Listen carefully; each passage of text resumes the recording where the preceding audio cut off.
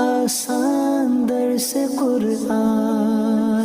نحمده ونصلي ونسلم على رسوله الكريم اما بعد فاعوذ بالله من الشيطان الرجيم بسم الله الرحمن الرحيم ولولا ان كتب الله عليهم الجلاء لعذبهم في الدنيا ولهم في الآخرة عذاب النار. اور اگر نہ لکھ دی ہوتی اللہ نے ان کے حق میں جلا وطنی تو انہیں عذاب دے دیتا دنیا میں، اور ان کے لیے آخرت میں تو آگ کا عذاب ہے ہی. اس آیت کریمہ میں اللہ رب العالمین نے یہ ارشاد فرمایا کہ یہ تو اچھا ہوا کہ یہ یہودی جو بنو نذیر کے تھے یہ جلا وطنی پر آمادہ ہو گئے. اگر وہ جنگ کرتے میرے محبوب سے تو فرمایا کہ انجام پھر بھی بڑا ہولناک ہوتا. اللہ کے شیروں کی تلواریں جب بے نیام ہوتی تو فرمایا کہ ان لومڑیوں میں سے کوئی بھی اپنی جان بچا کر نہ بھاگ سکتا. یعنی یہ لومڑی ہیں، یہ بھاگ نہیں سکتے تھے، سب کاٹ دیے جاتے، اور ان کا ساز و سامان، ان کے زیورات، ان کے جواہرات، یہ جو اپنے ساتھ لے کے چلے گئے جلا وطنی کی صورت میں، یہ سارا ان سے چھن جاتا.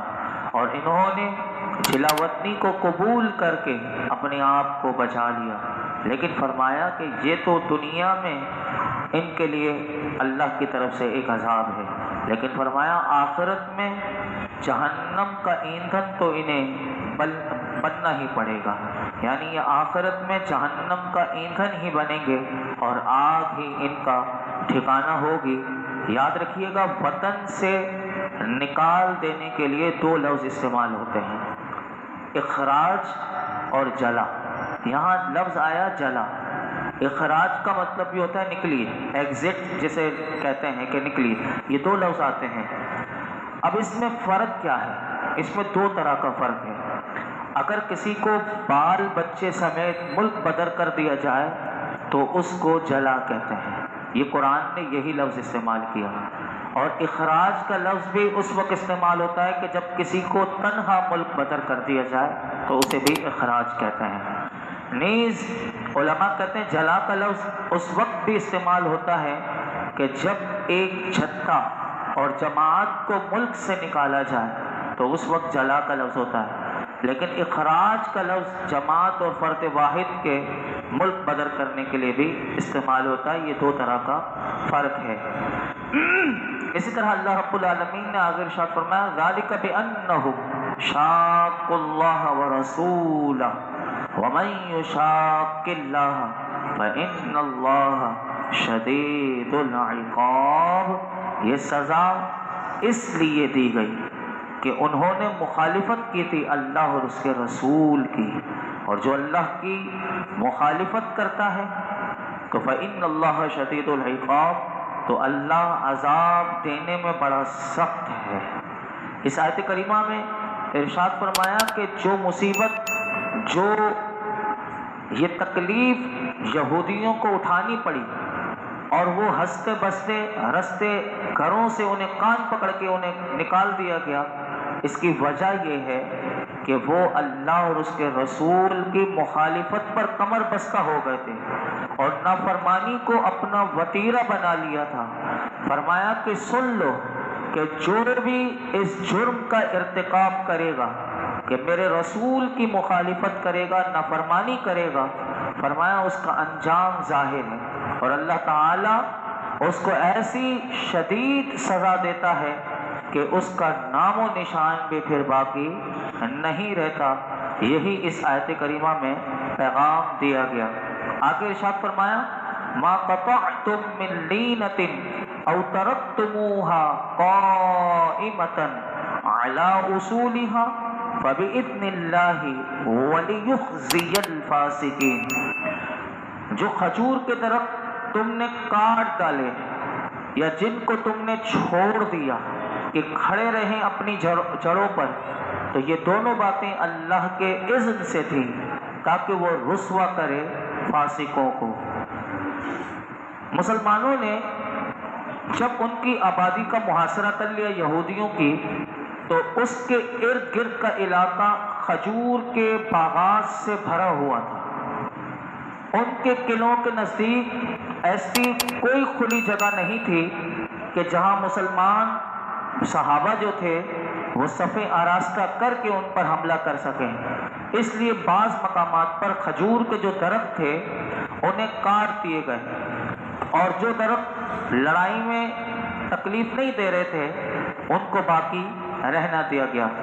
اب جو منافقین اور یہودی جو تھے انہوں نے اس بات کا بتنگڑ بنا دیا اور کہنے لگے، دیکھو لوگوں کو کہنے لگے کہ اب مسلمان، اس میں صحابہ ایسے بھی تھے جو نئے نئے مسلمان ہوئے تھے۔ اب اس وقت دیکھیے کہ محاصرہ ہوا اور یہ درخت کاٹے گئے، وجہ تھی کیونکہ آگے بڑھ نہیں سکتے، اور بعض کو چھوڑ دیا کہ وہ تکلیف نہیں دے رہے تھے درخت۔ اب یہودیوں نے، منافقوں نے بات کا یہ بتنگڑ بنایا کہ دیکھو یہ لوگ زمین میں فساد فی الارض سے روکتے ہیں، یعنی زمین میں فساد کرنے سے روکتے ہیں، اور خود دیکھو کہ ہرے بھرے پھلدار درختوں کو اس بے دردی سے کاٹ رہے ہیں۔ تو اب جو مسلمان صحابہ تھے تو اس وقت وہ شک میں انہیں تشویش ہوئی کہ کہیں ان کا یہ فعل فساد فی الارض میں تو نہیں آتا۔ تو اللہ رب العالمین نے آیت کریمہ نازل کر کے وہ جو مسلمانوں کے دلوں میں جو منافقوں نے شک ڈالنے کی کوشش کی تھی، جو تشویش ڈالی تھی، اللہ نے اس تشویش کو دور کر کے فرمایا کہ جن درختوں کو تم نے کاٹا ہے اور جن کو باقی رہنے دیا ہے تم پر کوئی گرفت نہیں، تمہیں ایسا کرنے کی اجازت میری طرف سے ہے۔ یعنی اللہ رب العالمین نے فرمایا کہ جو کھجور کے درخت تم نے کاٹ ڈالے یا جن کو تم نے چھوڑ دیا کہ کھڑے رہیں اپنی جگہوں پر، فَبِإِذْنِ اللَّهِ، تو یہ دونوں باتیں اللہ کے اذن سے تھی، یعنی یہ تمہیں اجازت دی اسے۔ تو فقہاء کرام جو مسائل قرآن سے نکالتے ہیں، تو فقہاء کرام نے اس آیت کریمہ سے یہ مسئلے اخذ کیے کہ مسلمانوں کا لشکر اگر کفار کے علاقے میں داخل ہو اور انہیں اپنی جنگی ضروریات کے لیے درختوں کو کاٹنا پڑے یا کوئی مکان گرانا پڑے، کوئی پل آ جائے تو اس پل کو توڑنا پڑے یا کسی نہر کو کاٹنا پڑے، تو فرمایا کہ شرعاً جب جہاد کے موقع ہو تو ان کو اجازت ہے۔ یہ اس آیت سے یہ مسئلہ نکلا۔ اور اسی طرح لیکن بلا ضرورت توڑ پھوڑ کی جہاد میں بھی اجازت نہیں۔ اگر کوئی ایسا کرے گا بلا ضرورت تو یہ فساد فی الارض کے زمرے میں آئے گا، یعنی زمین میں فساد کرنے والے کے زمرے میں آئے گا۔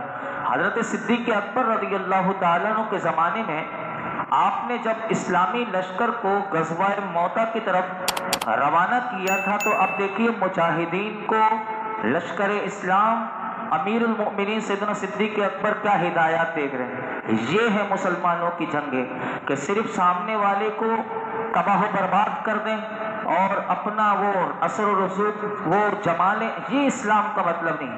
اسلام فساد فی الارض سے روکتا ہے۔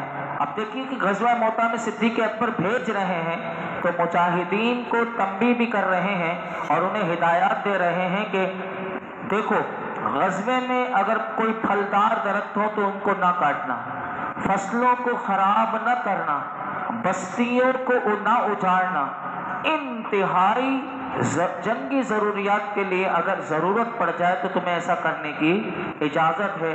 اور صدیق اکبر نے بھی رضی اللہ تعالیٰ عنہ نے بھی اسی آیت کریمہ سے یہ آپ نے ہدایات دی۔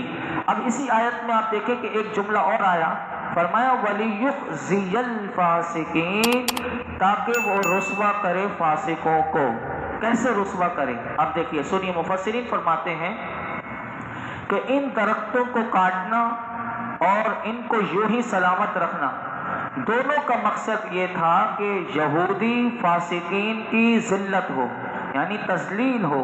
اب کیسے ہوگی؟ سنیے، کاٹنے میں ان کی تذلیل کی صورت یہ ہے کہ ان باغات کو یہودیوں نے بڑے شوق سے لگایا، کیونکہ ایک باغ تیار کرنے میں بڑی محنت کرنی پڑتی ہے، تو ان درختوں کو انہوں نے بڑے شوق سے لگایا، بڑی محنت سے ان کو پروان چڑھایا۔ اب مسلمان ان کو کاٹ رہے ہیں اور یہودی اپنی آنکھوں سے دیکھ رہے ہیں، لیکن ہیں بے بس، دم مار نہیں سکتے، اور جو درخت باقی رہ گئے اس میں ان کی تذلیل کا پہلو یہ ہے کہ وہ ان باغات کو چھوڑ کر جا رہے ہیں اور ان کے بعد بظاہر جو مسلمان ہیں ان کے دشمن ان پر قابض ہوں گے، اگر ان کا بس چلے تو وہ درخت کو بھی کھڑے نہ رہنے دیتے، یا تو سب کو کاٹ دیتے یا جلا کر راکھ دیتے، تو لیکن وہ ہرے بھرے درختوں کو چھوڑ کر جا رہے تھے اور ان کا ایک پتا توڑنے کے بھی، ایک شاخ بھی کاٹنے کی انہیں اجازت نہیں تھی۔ تو اللہ رب العالمین نے فرمایا کہ دونوں صورتوں میں ان کی ذلت اور رسوائی یہ اظہر من الشمس تھی، کہ جہاں سے ان کے لیے یہ اللہ نے فرمایا کہ وَلِيُخْزِيَ الْفَاسِقِينَ، کہ تاکہ وہ رسوا کرے فاسقوں کو۔ یہاں سے دو مسئلے بھی معلوم ہوئے۔ علماء کرام فرماتے ہیں نمبر ایک کہ قرآن کے علاوہ بھی اللہ کی طرف سے نبی کریم صلی اللہ تعالی علیہ وسلم کی طرف وحی بھیجی جاتی تھی، کیونکہ آیت میں بیان کردہ درختوں کو کاٹنے کا اذن الہی میں، یعنی کوئی کہیں پر بھی یہ ذکر نہیں، کیونکہ آیت میں بیان کردہ درختوں کو کاٹنے کا اذن الہی قرآن میں کہیں بھی یہ ذکر نہیں، تو یہ اجازت جو پہلے دی گئی اور قرآن بعد میں نازل ہوا تو یہ جو درخت کاٹے گئے، تو علماء کہتے ہیں یہ اجازت جو تھی قرآن کے علاوہ وحی کی صورت میں اللہ کے محبوب کو دی گئی تھی، یعنی قرآن کے علاوہ بھی وحی حضور کی بارگاہ میں اللہ کی طرف سے آتی تھی۔ نمبر دو کہ جہاد میں کافروں کو مغموم کرنے کے لیے، یعنی انہیں غم زدہ کرنے کے لیے ان کا مال برباد کرنا بھی جائز ہے۔ یہاں سے یہ مسئلہ بھی معلوم ہوا کہ جس چیز سے کافروں کو تکلیف پہنچے جہاد میں بھی، تو اگر اس چیز سے انہیں تکلیف دی جائے تو یہ بالکل جائز ہے۔ یہ بھی قرآن کی اس آیت سے مسئلہ معلوم ہوا۔ اللہ رب العالمین ہم سب کو جذبہ جہاد نصیب فرمائے، اس کا شوق نصیب فرمائے، اور شہادت کی موت اللہ ہم سب کو بھی نصیب فرمائے، کہ جب بھی ہمیں اپنی جان سے بھی قربانی دینی پڑے اور وقت آئے تو ہم پیچھے نہ ہٹیں، ہم آگے بڑھ کر اسلام اور دین کے لیے اگر ہمیں اپنی جان بھی دینی پڑے تو اللہ رب العالمین اس وقت ہمیں وہ جذبہ جہاد نصیب فرمائے، جیسے صحابہ کرام آگے بڑھ کر اللہ اور اللہ کے رسول کی فرما برداری میں ہر وقت آگے ہوتے تھے اور اپنی جان ہتھیلی پر لے کے وہ دین کے لیے قربان کرنے کے لیے وہ تیار رہتے تھے۔ اللہ ہمیں بھی ایسا جذبہ جہاد اور دینی غیرت حمیت اللہ ہم سب کو نصیب فرمائے۔ الحمدللہ رب العالمین والصلاة والسلام علی سید الانبیاء والمرسلین وعلی آلہ واصحابہ اجمعین۔ اللہ پاک جو کچھ سنا اس میں کوئی غلطی کوتاہی معاف فرما، اپنی بارگاہ میں قبول فرما، قرآن حکیم کا نور اور اس کا فیضان نصیب فرما، ہمارے لیے سیکھنا سکھانا سمجھنا سمجھانا آسان فرما، ہمیں غور و فکر کی توفیق عطا فرما۔ رب کریم قرآن حکیم کی مولا کریم تعلیمات پر عمل کی توفیق عطا فرما، ہم سب کو باعمل با حیا با کردار با اخلاق بنا دے۔ اے اللہ ہمیں ایسا بنا دے کہ تجھے اور تیرے محبوب کو پسند آ جائیں، اپنی رضا کی دولت عطا فرما۔ اللہ تو ہم سے ہمیشہ کے لیے راضی ہو جا، ہم سب پر، ہمارے گھر والوں پر، عالم اسلام پر اپنا خاص خاص خاص فضل و کرم کی بارش فرما۔ ہماری مشکلات، ہماری پریشانیاں، ہماری بیماریاں، ہماری دکھ تکلیف دور فرما۔ ہمیں مولا کریم رزق حلال وسیع اور آسان ذرائع سے عطا فرما۔ یا اللہ ہمارے گھروں میں برکتیں عطا فرما، یا اللہ اعمال میں برکتیں عطا فرما، ہر عمل میں اخلاص یقین عطا فرما۔ وصلی اللہ تعالی علی خیر خلقہ محمد وعلی آلہ وصحبہ اجمعین۔